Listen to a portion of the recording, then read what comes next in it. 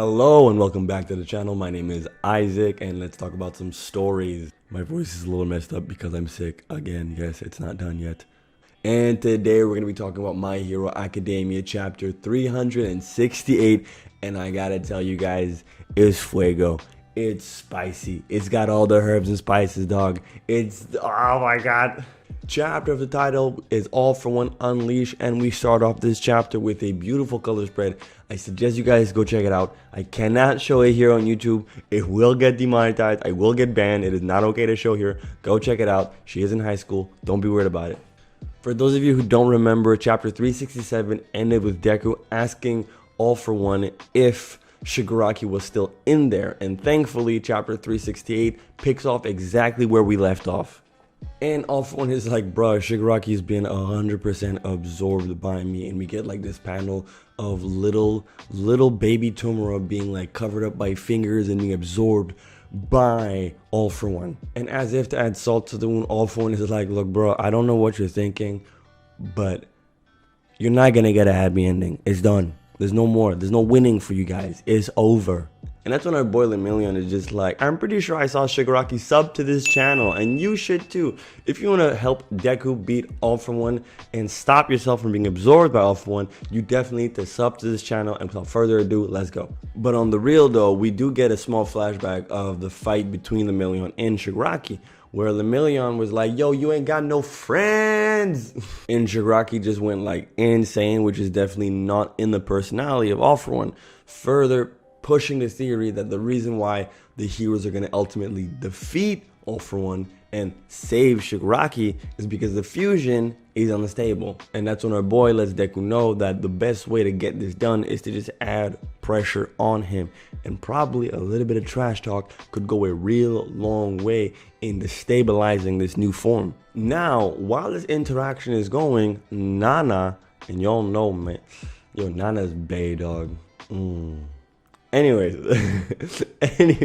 now while she's in her Vestige form, she does manage to lock eyes with Kentaro, which is just ahead on like All for One's giant grotesque hand. Personally, I don't think that this is actually Kentaro. I think that this is Shigaraki looking through Kentaro's face. And it would seem like for one reason or another, Shigaraki is able to see Nana even if she's just a vestige. And at this point, All for One has had enough with the talking and he launches himself full force towards Deku. The amount of force that this man puts on the ground is enough to shift all of you away while it's being suspended in the air. We do get a nice little panel of Hatsume still working on whatever project she's working on while everybody's losing their mind inside the building. And then we cut straight back to All for One. And he's like, enough with the jibber jabber. I'm taking my brother's quirk back now. And he comes in with a devastating smash, destroying everything in the surrounding area straight onto Deku. And my man just catches it, looking like Saitama versus Garo, and looks All for One dead in the eyes and says, no, you're the one who's not getting the happy ending today. Where we get to see Deku unleash a new move, Black Chain. It is a combination of Black Whip and Fa Jin, making the whips so much more strong. Now the boy Wonder tosses All for One around like he's a rag doll, just like he did in the War Arc.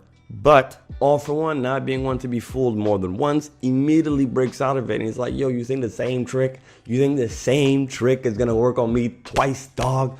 Do you know me? And that's when the second user of One for All pops up and he's like, yo, you better use my quirk last, because once you use it, you only got 5 minutes to save the world. Now, it isn't explicitly said, but I'm pretty sure that means that he can only use the quirk for 5 minutes, and probably after that, he'll have to go like into like a shutdown, or he'll have to rest. Kind of like Luffy when he uses Gear 4th for more than 10 minutes, and he's like, whoosh. Kind of like that. We get to see the activation of the second quirk called Transmission. Deku puts his hand on his other hand, clasps it, and goes second. Now, I am 100% sure that this is an homage to Luffy Gear Second, because just like in Gear 2, Transmission gives the user an insane amount of increased speed. After Deku activates his quirk, all we see is Shigaraki standing and then Shigaraki in the air. We do not see what happened. And then finally, we just see Deku coming in with a 3-piece combo, second gear, third gear, and top gear. Shigaraki has been hit so hard and is moving so fast that the sound is delayed.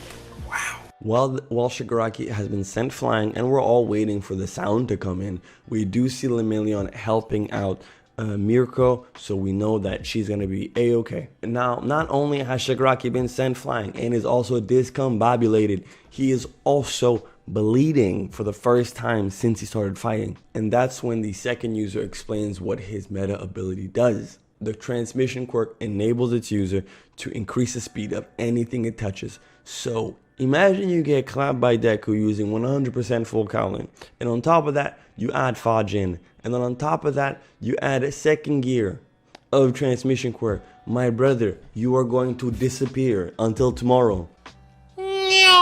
All for One still in the air, probably rethinking his life. Deku coming in like a speed demon, gear shift, overdrive, whatever that is, comes in with a devastating smash to the gut, probably waking up Shigaraki inside of All for One. We find out that with the added bonus of transmission, Deku's running at about 120% of All for One, and we do get a nice shot of Yoichi, the first user of One for All, talking directly to his brother and tells him, brother, let's end this today. And that's where the chapter ends, guys. Unfortunately, it wasn't a very long chapter. It's like peak shonen action. Now, personally, I don't think that's where things are going to end, because we still need Bakugo to come back. We still need to deal with All for One's original body. There's a whole lot of things that's still happening, so this is for sure not the end of the fight. You guys let me know what you think is going to happen in the next chapter in the comment section down below. And as always, thanks for watching. I'll see you guys next time. Peace.